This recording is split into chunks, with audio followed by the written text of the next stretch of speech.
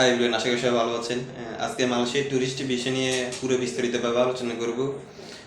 আবেদন প্রক্রিয়া, tourist visa free কত, এছাড়া মালয়েশিয়ার স্পটগুলো, ট্যুরিস্ট স্পটগুলো এবং ইমিগ্রেশনে কী কী প্রশ্ন করে থাকে সব কিছু নিয়ে বিস্তারিত আলোচনা করব।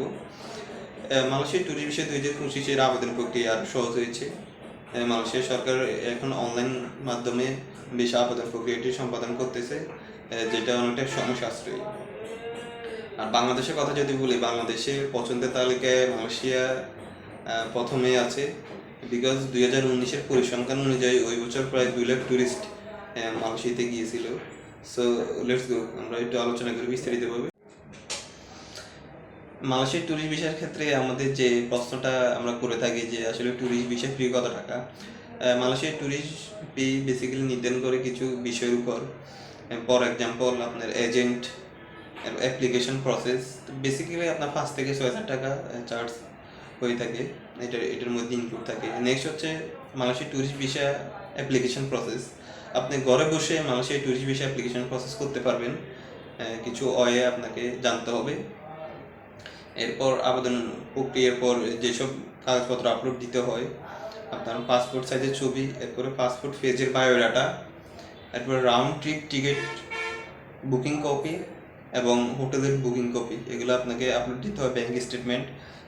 এখানে আপনারা একটা ট্যাগ নিয়ে অ্যাপ্লাই করতে পারবেন, যেহেতু আপনি টিকিট কাটবেন কখন, যখন আপনার ভিসা হবে। সো আপনি আবেদন করার সময় কিন্তু আপনাকে টিকিট আপলোড করতে হয়। সো এক্ষেত্রে আপনারা যে বুকিং কপি, টিকিটের বুকিং কপি এবং কি হোটেল বুকিংয়ের বুকিং কপিটা দিতে পারেন, কনফার্ম পরে করতে পারেন যখন আপনার ভিসা হবে। আর নেক্সট হচ্ছে ট্যুরিস্ট ভিসার মেয়াদ কতদিন। ট্যুরিস্ট ভিসার মেয়াদ 90 দিন থাকে। আপনি বেসিক্যালি ওখানে 30 দিন স্টে করতে থাকবেন, স্টে করতে পারবেন। সো এই জিনিসটা আমাদের মাথায় রাখতে হবে যে 90 দিন হলো ওইখানে আপনি ম্যাক্সিমাম 30 দিন স্টে করতে পারবেন। সো এই জিনিসটা। এরপর হচ্ছে মালয়েশিয়ার ট্যুরিস্ট স্পটগুলো। মালয়েশিয়া একটি সুন্দর এবং বৈচিত্র্যময় দেশ, যা পর্যটকদের খুবই অ্যাট্রাকশন করে।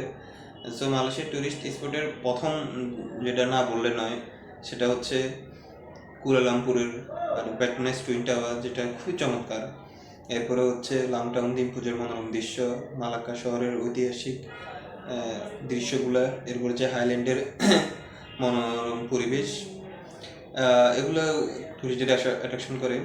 মালয়েশিয়া যাওয়ার আগে আপনার 72 ঘন্টা আগে অ্যারাইভাল কার্ড কালেক্ট করতে হয়, মালয়েশিয়া অ্যারাইভাল কার্ড, যেটা এর আগে থাইল্যান্ড চালু করেছে, মালয়েশিয়া এর আগে চালু করেছে। এবার ইমিগ্রেশন নিয়ে কিছু কথা বলি।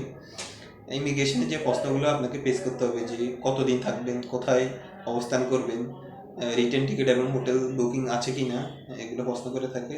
সো আশা করি এই তথ্যগুলো আপনাদের অনেক হেল্পফুল হবে। ওকে, ধন্যবাদ।